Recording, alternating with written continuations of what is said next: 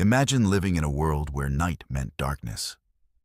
No glowing cities, no streetlights, no buzzing neon signs, no refrigerators humming in the background.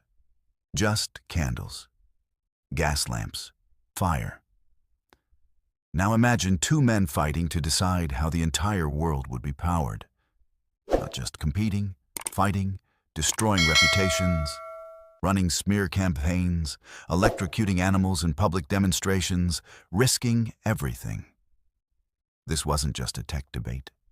This was a power war, and it became known as the War of Currents. On one side, Thomas Edison, America's golden boy, the wizard of Menlo Park, already famous, already rich, already respected.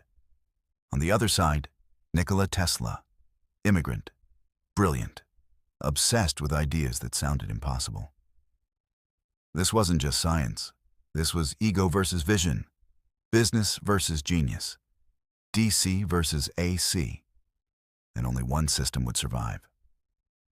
In the 1880s, electricity was the next big thing. Everyone knew the future would be electric, but nobody agreed on how it should work. Edison had built his empire on direct current, DC power. DC was simple. Electricity flowed in one direction. It worked, but only for short distances.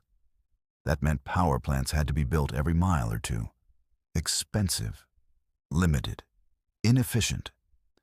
But Edison had already invested millions. He wasn't about to admit there was a better way. Then enters Tesla. Tesla believed in alternating current, AC. AC flowed back and forth. That allowed electricity to travel long distances. Fewer power plants. Lower cost, more scalable. It was smarter. It was stronger, and it threatened Edison's entire empire. Tesla actually worked for Edison when he first came to America. He respected him at first, but their minds worked differently. Edison believed in brute force experimentation. Try thousands of things until one works. Tesla? He visualized entire machines in his head, perfected them mentally before touching tools, different philosophies, different personalities, different futures. There's a famous story. Edison promised Tesla $50,000 if he could improve his DC generators. Tesla redesigned them completely. When he asked for payment, Edison allegedly laughed and said, "You don't understand American humor." Tesla quit on the spot. That wasn't just a disagreement, that was war. Edison knew AC was dangerous if mishandled. Higher voltages, stronger transmission. So he did something ruthless. He launched a fear campaign, public demonstrations showing animals being electrocuted using AC power. Dogs, calves, even an elephant named Topsy years later. The message was clear. AC equals death. He even supported the creation of the electric chair, powered by AC, to associate Tesla's system with execution. Think about that. Turning an execution method into a marketing strategy. That's how far this war went. It wasn't just science anymore. It was psychological warfare. Tesla wasn't alone. A businessman named George Westinghouse saw the brilliance of AC. He bought Tesla's patents, backed him financially, believed in the long game. Together, they pushed AC forward. But Edison's smear campaign was strong. Newspapers spread fear. Politicians got nervous. The public was confused. Who do you trust? The famous American inventor? Or the quiet foreign genius? The Chicago World's Fair. Millions of visitors. The biggest stage in America. The contract to light the entire fair was up for grabs. Edison bid using DC. Westinghouse bid using Tesla's AC. AC won. When the fair lit up with over 100,000 electric lights, the crowd was stunned. Safe, bright, powerful. No mass deaths, no disasters. Just light. LC didn't just survive that night. It dominated. That was the turning point.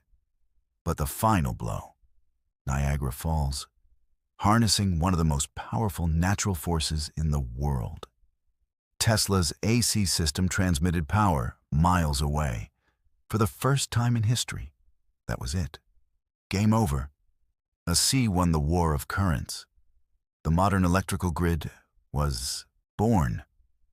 And today, every time you flip a light switch, you're using Tesla's system, not Edison's. You'd think Tesla would become the richest man alive. You'd think he'd dominate history books. But history doesn't reward vision alone. It rewards control.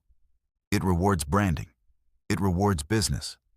Edison stayed powerful. Tesla? He chased bigger dreams: wireless power, free global energy, world communication systems. While Edison built companies, Tesla built ideas. And ideas don't always pay the bills. By the late 1880s, the battle between direct current, DC, and alternating current, AC, had become serious. Thomas Edison had already built multiple DC power stations across parts of New York. He had investors, newspaper support, and a strong public reputation. His system worked, but only across short distances. Every few miles, a new power station had to be built. That made expansion expensive and limited. Nikola Tesla believed AC was the future. Alternating current could travel much longer distances using transformers. That meant fewer power plants, lower costs, and more efficient distribution. The problem was simple. If AC replaced DC, Edison's entire business model would collapse. And Edison was not willing to lose. Instead of debating Tesla scientifically, Edison chose a different strategy: public fear. He began supporting demonstrations that showed AC electricity as extremely dangerous. Public events were organized where animals were electrocuted using alternating current. These demonstrations were reported in newspapers to convince citizens that AC was unsafe. Edison's team made sure that the public associated alternating current with death and danger. However, what was rarely mentioned was that DC electricity could also be deadly at high voltages. But the focus was kept entirely on AC. This wasn't just a technical disagreement anymore. It had become a public relations war. During this same period, New York State was searching for a new execution method that was considered more humane than hanging. Edison quietly supported the idea of using alternating current in the electric chair. Why? Because if executions were performed using AC, the public would permanently associate Tesla's system with death. In 1890, the first electric chair execution was carried out using AC power. The execution did not go smoothly. It required multiple shocks, and newspapers described it as disturbing and painful. Instead of proving AC was evil, the event created controversy and made some people question the motives behind using electricity in this way. Meanwhile, Tesla continued promoting AC through demonstrations that showed it could be controlled safely. Tesla began performing public demonstrations where he allowed high-frequency AC to pass through his body safely. He lit light bulbs wirelessly and showed that electricity could be powerful, yet controlled. These demonstrations were calm, scientific, and impressive. Slowly, public fear began to decrease. People started realizing that electricity itself was not the enemy. Poor understanding and misuse were. Tesla was backed by businessman George Westinghouse, who believed strongly in AC technology. However, Edison's attacks and ongoing lawsuits created massive financial pressure on Westinghouse's company. At one point, Westinghouse was struggling to stay afloat. Under their original agreement, Tesla was supposed to receive royalties for every unit of AC power sold. If enforced, that contract would have made Tesla extremely wealthy, possibly one of the richest inventors in America. But when Westinghouse explained that continuing those payments could bankrupt the company, Tesla made a surprising decision. He tore up the royalty contract. He gave up millions of dollars in future income. He did this to protect the growth of AC power. That decision changed history. The defining moment of the War of Currents came in 1893. The Chicago World's Fair needed a company to light the entire event. Edison submitted a bid using DC power. Westinghouse submitted a bid using Tesla's AC system. AC won the contract. When the fair opened, over 100,000 electric lights illuminated the entire area. It was the largest electrical display the world had ever seen. There were no disasters, no mass accidents, just safe, bright, powerful electricity. Public opinion shifted dramatically. The sea was no longer viewed as a threat. It was seen as the future. Soon after, Tesla and Westinghouse secured the contract to harness hydroelectric power from Niagara Falls. This project would prove whether AC could transmit electricity over long distances effectively. In 1896, electricity generated at Niagara Falls was successfully transmitted to Buffalo, New York, miles away. It worked flawlessly. This was the final confirmation. AC had officially won the War of Currents. Technically, Tesla's AC system became the foundation of the modern electrical grid. Today, homes and cities around the world operate on alternating current.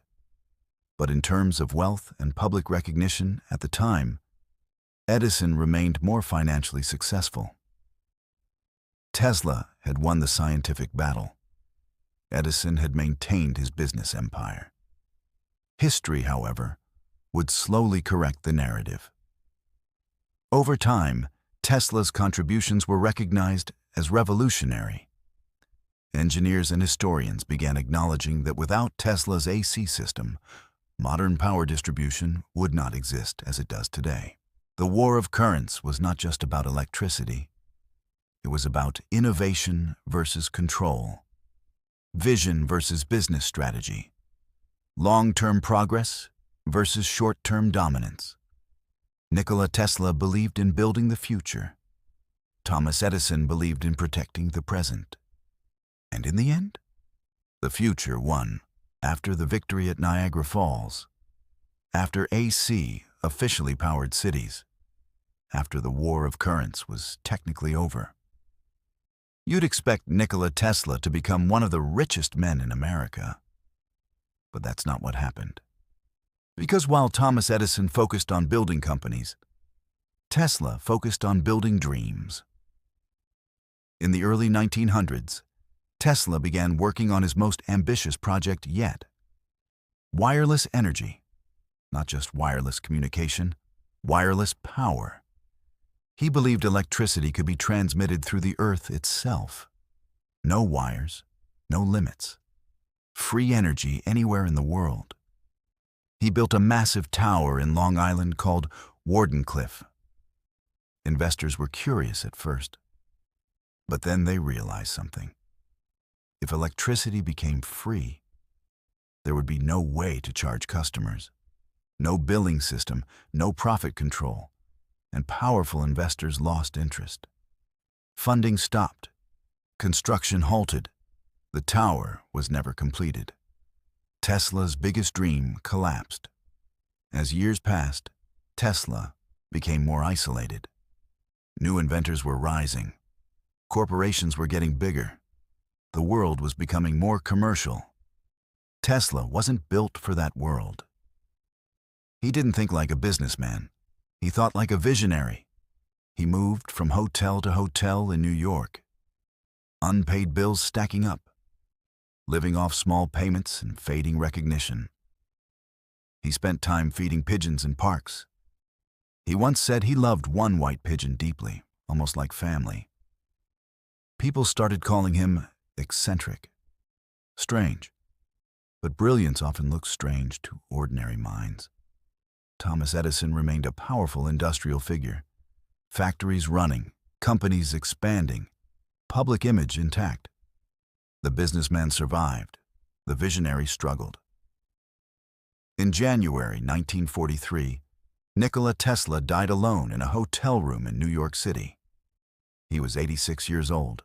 No massive fortune, no corporate empire, just notebooks filled with ideas.